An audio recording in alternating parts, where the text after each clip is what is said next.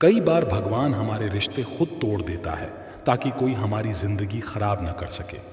दुनिया में सबसे खुश वही लोग हैं जो ये जान चुके हैं कि दूसरों से किसी भी तरह की उम्मीद करना बेकार है। जिंदगी में थोड़ा दुख भी जरूरी है। हमेशा सुख ही मिलता रहेगा तो आप कभी जिंदगी में आगे नहीं बढ़ पाओगे। ये गलत सोच है इंसानों की कि एक अकेला इंसान क्या कर सकता है। पर देखो जरा उस सूरज को जो अकेला ही सारी दुनिया को रोशन करता है। भाग्यशाली वो नहीं होते जिन्हें सब कुछ अच्छा मिलता है, बल्कि भाग्यशाली वो होते हैं जिन्हें कुछ भी मिलता है उसे वो अच्छा बना लेते हैं। गीता में लिखा है, जब इंसान की ज़रूरत बदल जाती है तब उसके बात करने का तरीका भी बदल जाता है।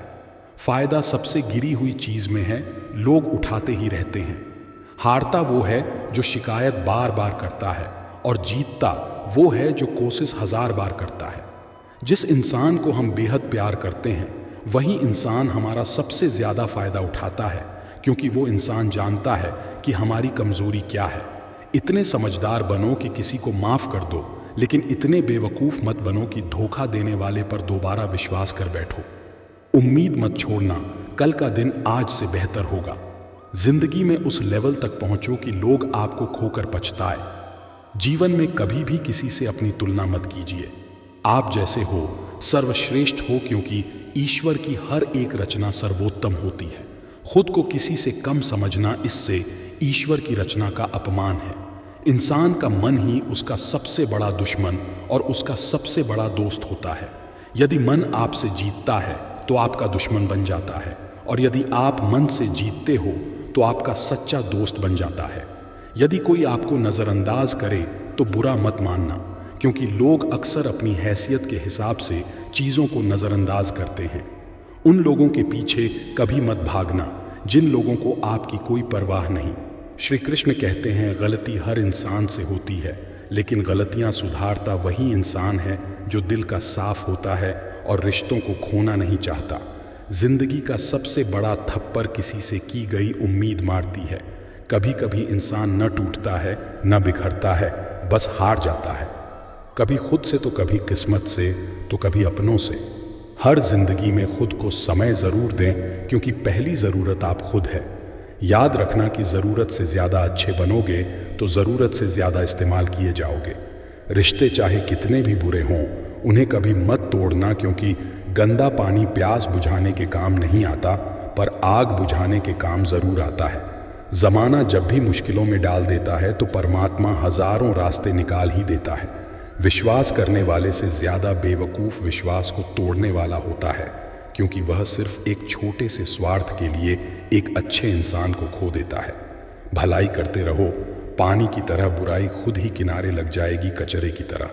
जब कोई समझे नहीं तो उसे समझाने की ज़रूरत ही क्या है। जब कोई माने नहीं तो उसे बताने की ज़रूरत ही क्या है। सच्चे दिल से किसी ज़रूरतमंद की मदद करके तो देखो। अगर दिल को सुकून न मिले तो कहना, जिसे जाना है उसे जाने दो।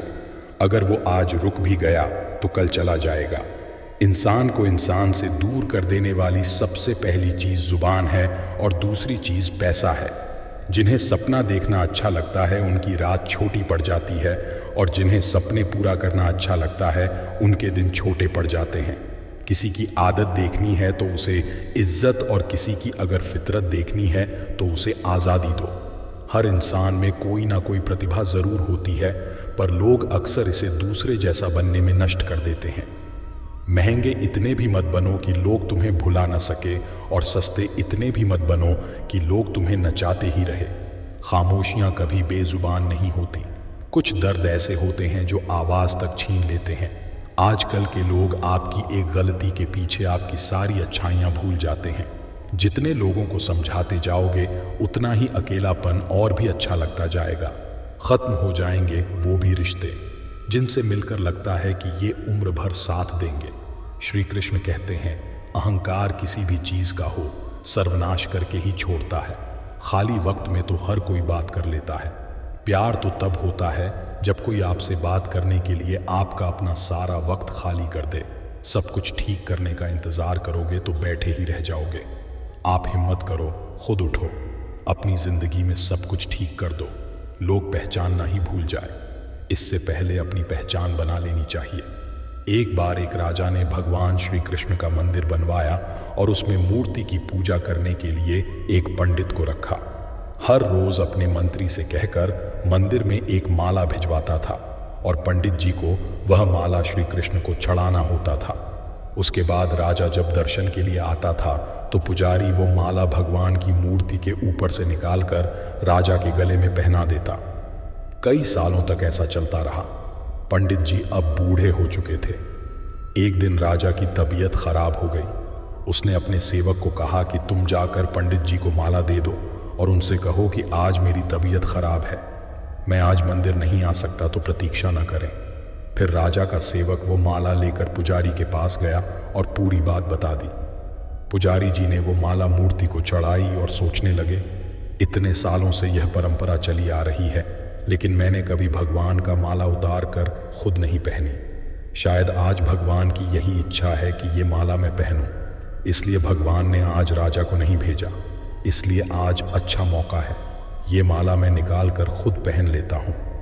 फिर उस पंडित ने भगवान की मूर्ति से माला निकाल कर खुद पहन ली। इसी बीच राजा का सेवक दौड़कर पंडित के पास आया और पंडित जी को कहने लगा कि राजा जी को ठीक नहीं लग रहा है, उनकी तबीयत और बिगड़ गई है, इसलिए अब वो प्रभु के दर्शन करना चाहते हैं। वो आ रहे हैं, उनकी सवारी जल्दी अभी मंदिर में आएगी। उन्हें लगा कि ये परंपरा कहीं टूट ना जाए, इसलिए वो आज भी मंदिर में आ रहे हैं। जब पंडित जी को इस बात का पता चला तो उन्होंने फटाफट माला अपने गले से उतारी और जाकर फिर से भगवान की मूर्ति को चढ़ा दी। फिर कुछ देर बाद राजा वहां आए और रोज की तरह पंडित जी ने भगवान के ऊपर से माला निकाली और राजा को पहना दी। अब राजा ने उस माला को देखा तो उस माला में एक सफेद बाल नजर आया। राजा ये समझ गया कि ये बाल पंडित का है। राजा ने पुजारी से पूछा, क्या ये माला आपने पहनी थी? इसमें सफेद बाल कहां से आया? यह सुनकर पुजारी जी घबरा गए। उन्हें लगा अगर मैं सत्य बता दूं तो राजा मुझे दंड देंगे, इसलिए वह पुजारी ने कहा, यह बाल तो श्री कृष्ण का है। राजा को सुनकर बहुत ही गुस्सा आया। उसने कहा, तुम झूठ बोल रहे हो, भगवान के बाल सफेद कब से होने लगे? राजा ने कहा, मैं फिर कल आऊंगा और श्रृंगार के समय देखूंगा कि उनके बाल सफेद है या काले। अगर बाल काले निकले और सफेद नहीं निकले तो आपको कल ही मृत्युदंड दिया जाएगा, क्योंकि आपने मुझसे झूठ बोला है। राजा यह कहकर वहां से चला गया। इधर पुजारी भगवान के चरणों में गिरकर रोने लगे कि हे प्रभु, मुझे माफ कर दीजिए, मैं लोभ में आ गया था। मुझे लगा मुझे ये माला पहन लेनी चाहिए, मुझे बचा लीजिए, नहीं तो कल राजा मुझे मार देगा। पुजारी पूरी रात भगवान के चरणों में गिरकर रोने लगा, विनती करने लगा कि प्रभु मुझे बचा लीजिए। अगली सुबह राजा मंदिर पहुंचा। राजा ने भगवान की मूर्ति के ऊपर से मुकुट निकाला और उनके बाल देखे। राजा चौंक गया क्योंकि भगवान की मूर्ति के ऊपर सफेद बाल थे। राजा ने सोचा, ये पुजारी की कोई चाल है, इसने मौत की सजा से बचने के लिए भगवान के बाल सफेद कर दिए। राजा यह बाल असली या नकली इसकी जांच करने के लिए बाल तोड़ने लगा। जैसे ही राजा ने कुछ बाल तोड़े तो मूर्ति में से खून की धारा बहने लगी। राजा भगवान के चरणों में गिर गए और क्षमा मांगने लगे और रोने लगे। कहा, मुझे माफ कर दीजिए। तभी मूर्ति से एक आवाज आई, राजा, तूने सिर्फ मुझे मूर्ति माना, इसलिए मैं तुम्हारे लिए सिर्फ एक मूर्ति हूं। लेकिन पुजारी ने मूर्ति में साक्षात भगवान देखा, इसलिए मुझे मेरे भक्त की रक्षा करने के लिए मेरे बाल सफेद करने पड़े और खून की धारा बहानी पड़ी, ताकि मैं समझता हूं कि जहां भाव है वहां भगवान है। अगर आप वाकई में भगवान का स्मरण करते हैं, उन्हें देखना चाहते हैं, तो आपके अंदर सिर्फ भाव होना चाहिए। एक छोटी सी कहानी हमें शिक्षा देती है कि भगवान के आशीर्वाद के सिवाय कुछ भी संभव नहीं। अगर आप सच्चे दिल से भगवान को पुकारते हैं तो भगवान आपकी मदद के लिए जरूर आते हैं। दोस्तों, आज के लिए इस वीडियो में बस इतना ही। अगर आपने इस वीडियो से कुछ भी सीखा है तो कृपया इस वीडियो को एक लाइक कर दें और कमेंट में जय श्री राधे कृष्णा जरूर लिखें। अगर आप इस चैनल पर नए हैं और आप ऐसी वीडियो और देखना चाहते हैं तो कृपया चैनल को सब्सक्राइब करें और नोटिफिकेशन बेल आइकॉन को ऑल पर सेट कर लें, ताकि हमारे सभी नए वीडियो के नोटिफिकेशन सबसे पहले आपके पास आ जाए। आपका समर्थन हमारे लिए बेहद ही महत्वपूर्ण है। श्री कृष्ण की कृपा आपके साथ सदैव बनी रहे। धन्यवाद। जय श्री कृष्णा।